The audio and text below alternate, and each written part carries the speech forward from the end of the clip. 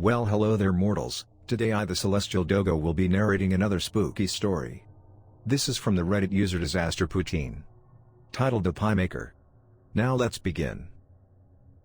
Nobody knew where the Pie Maker had come from, his porty shadow sweating over a wooden pushcart. Around him, the scent of baking crust dribbled. An outsider to the dreary town. Interestingly, the pie's flavor was not chosen by the customer.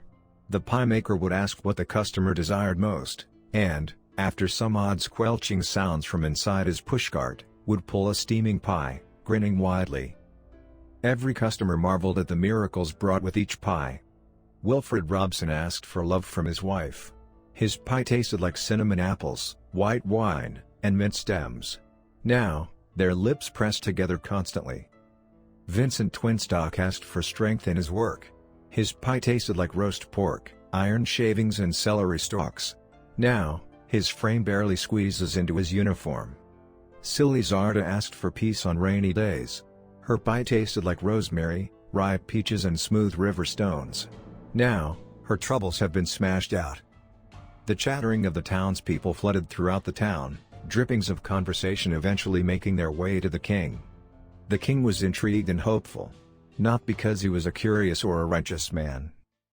No, the king was intrigued because he was desperate, and he wanted a pie. A pie that could give him eternal life. He commanded the Pie Maker be brought before him to be questioned. The Pie Maker, appearing humble within his iron shackles, asked the king what kind of pie His Majesty wished for.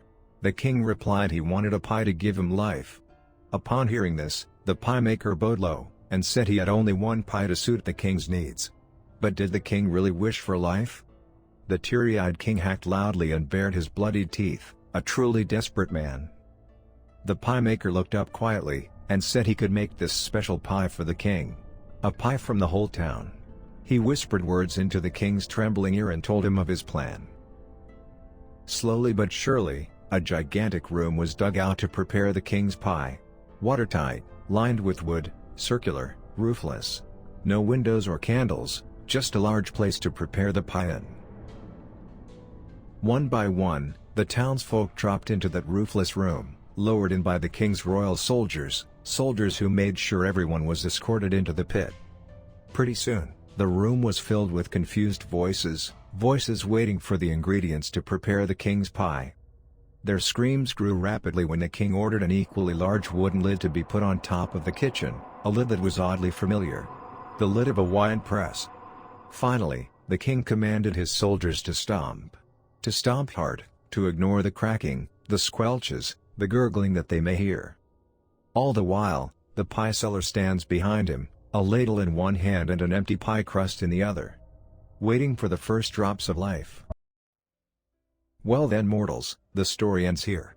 I would like to mention that the details of the mortal creator of this story can be found in the descriptions. Now to address the mortal who were viewing this.